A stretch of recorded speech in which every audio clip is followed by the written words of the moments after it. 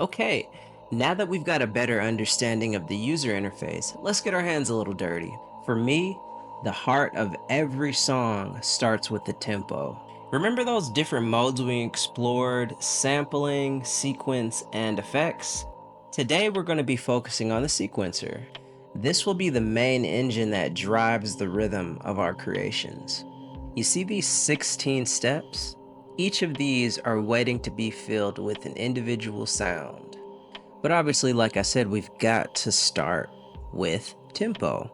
So let's go ahead and put just a simple 4 on the floor rhythm. Let's start with our regular little kick. I think we've got one. Currently, we're sitting at 120. I'm gonna program in one of the pre-made kicks so we can just get a little bit of a better example of what this is sounding like.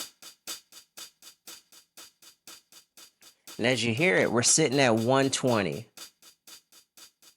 It's pretty fast, or I'd say it's pretty moderate. I wouldn't say it's too fast, it's not too slow, but let's slow it down a little bit and see what that lets us feel. There we go. As we're getting closer to that 90 BPM range, it starts feeling a lot more chill, a lot more relaxed. Something closer to the lo-fi or the down tempo type area.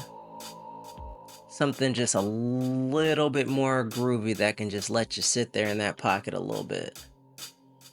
Or what if we increase it? What if we bring it all the way back up to the top? Let's see how high we can get there. See if we can push it all the way up to 160. Something that just has your head rocking a little bit more. But that's what I want to express, the power of tempo, the whole thing that you can control if you start it with just the rhythm. The tempo is the main source that you're going to be starting with to create feeling. You can do it with keys, you can do it with a synthesizer, you can do it with any other instrument if you like, but for me personally, I always love to start with my tempo or my percussion so that I can just really hear what's going on. I might take it out a little bit later whenever I start dropping in more instruments, but it is something that I like to keep as the heart or the rhythm. Now this is a pretty simple example. Let's go ahead and push it a little bit more to see what we can do with a little bit more of that BPM change. Obviously you can hear it with a little bit more with those rock drums, a little bit more of that fast pace, but let's decrease it a little bit more and see if we can create like a almost like a chill hip hop vibe.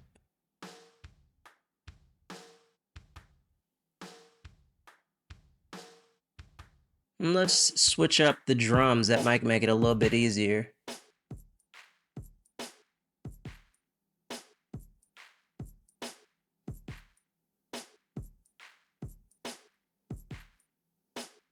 Let's switch up the pattern.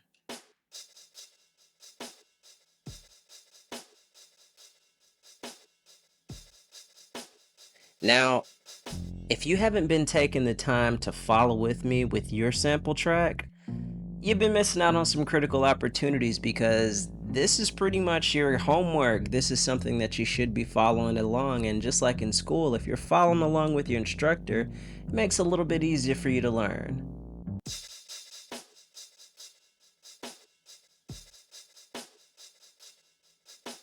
Personally, I'm a huge fan of this reggaeton drum kit.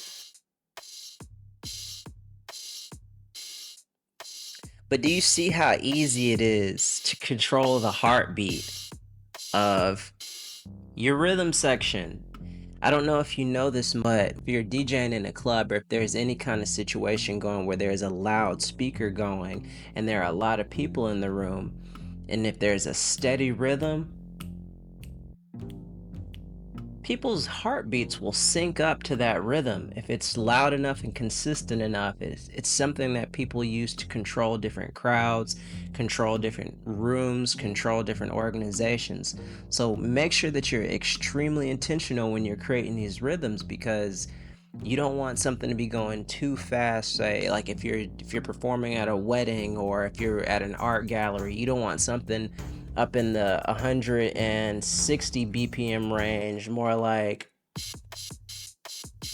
I mean, I guess if that is the style of the wedding or of the event that you've got hired for, that's what you want to go for. But personally, I'm thinking that somebody who wants a chill atmosphere or a chill wedding is going to want something, let's see, a little bit more chill.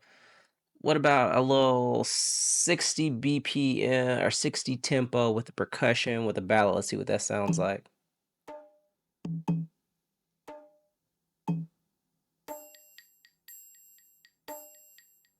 Even something like that, I can see that.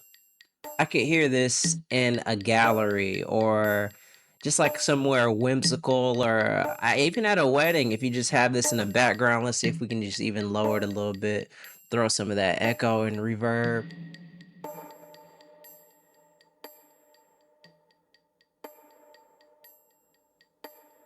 I mean, I feel like this could be something that's a lot more appropriate than that 160, but that's the same rhythm, same drums, same and everything, just with a little bit of that focus on some space with the reverb and just a little bit more space to play with the BPM or the tempo drop down to 60 instead of 160.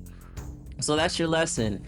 Grab your SmplTrek, start messing around with your tempo, and really dive into understanding how rhythm can create feeling.